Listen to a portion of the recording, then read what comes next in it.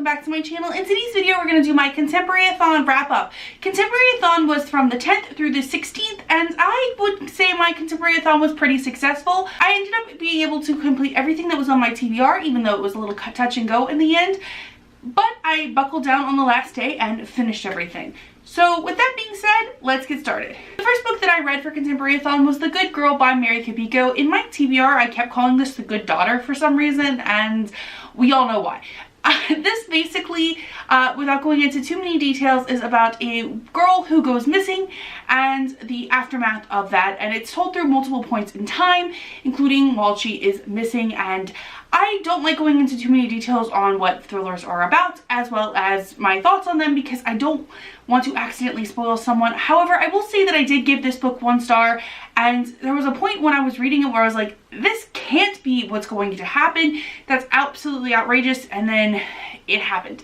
I felt like there was way better plot ideas that could have happened with this one, and I just overall felt very underwhelmed with this one. However, I do have a couple other Mary Kabiko books on my TBR, so I'm going to be giving her another shot because it was a very quick read for me. Next, I read Dear Duane with Love by Eliza Gordon. For some reason in my TBR, I thought this was kind of similar to All the Boys I Loved Before, and that these letters that she was writing to The Rock accidentally got sent out. No, she just has a blog where she writes all of her feelings to The Rock. Unfortunately, I gave this one 2 stars. I found that I really just don't like Eliza Gordon's writing style. I feel like her characters are quirky just to be quirky, and that they are overall very insufferable. I found this protagonist pretty irredeemable in some of her thoughts and actions, and she purposely is putting all of the other characters around her down just because she can. And I overall gave this one 2. And I've decided Eliza Gordon is just not an author for me. I was on an upswing because I did read The Sixth Wicked Child by J.D. Barker.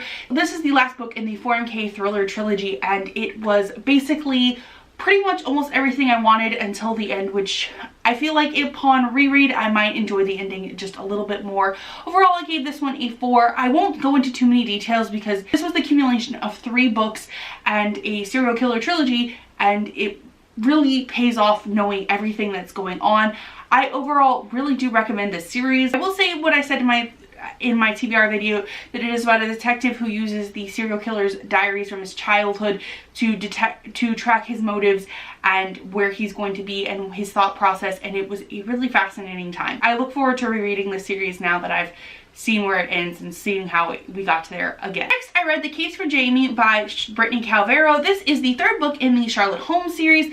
I have kind of come to terms with the fact that I am reading this series for Charlotte and Jamie and not exactly for the mysteries. However, I do recognize the complexities, and that Brittany is weaving in actual Sherlock Holmes cases and like little tidbits from, if you have read actual Sherlock Holmes, into these stories that she's crafting. Overall, I'm finding myself not as attached to the cases that Jamie and Charlotte are solving, but just overall attached to them as characters. So I gave this one a 3. I do plan on finishing out this series. However, I don't see myself revisiting it once it's completed. Next, I read Dear Haiti, Love Elaine. For some reason in my TBR video, I felt that this was about sisters, but I guess because this book is written by sisters, I thought that this would also involve sisters, especially with how the title is formed. But no, this is about a girl named Elaine who is writing about Haiti and talking about her love for the country that she is from after going back there after a school project. And I really loved how the story is told through mixed media, even when the topics are hard. I loved the voice that Elaine had, and I overall gave this book 4 stars. Next, I read The Undercover Bromance, which is the 2nd book in the Bromance Book Club by Lisa K. Adams. I received an e-archive through NetGalley in exchange for an honest review. This was one of my most anticipated books of the year. I absolutely loved the Bromance Book Club, and I could not wait to get into this one, and it did not disappoint. I gave this book 5 stars. It was my favorite book of this readathon. It follows the only guy in the Bromance Book Club who doesn't have a partner, and a character we met in the previous book, and them becoming involved, as well as a romantic suspense book that kind of interweaves into their story, and I really enjoyed it. I don't personally really like romantic suspense books. However, I was really eager to see how this book played out in their own lives, and overall, this one just really stuck with me, and something about this series just gets me right in my feels. And I know that the next one is supposed to be Friends to Lovers and a guy owns a cat cafe, and I'm just I'm really here to know more about that one too. And this is fastly becoming one of my favorite series. Next, I read Love Unscripted by Owen Nicholas. This is basically Can Love Really Be Like It Is in the Movies?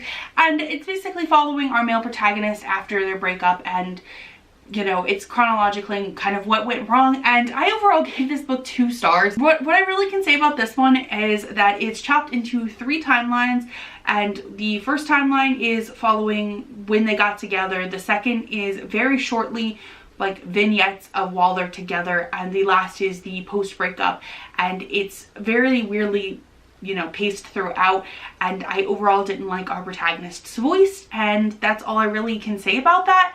And yeah, I overall gave this book 2 stars. And the last thing that I read for Contemporaryathon was Amazemanga Doa. This is the complete collection, and I gave this work 4 stars. I really honestly don't know how to describe this to you because it is a complete collection, but basically it is a funny high school like comedy, and it's very slice of life. I overall gave this 4 stars. It was fun to be with these characters and just hang out with these characters for this many pages, and it was just a great time, and I'm gonna miss this world, and I'm glad that I got to hang out with them and visit with them, and I'm probably gonna reread it at some point. Alright, so those are the books that I read for Contemporaryathon.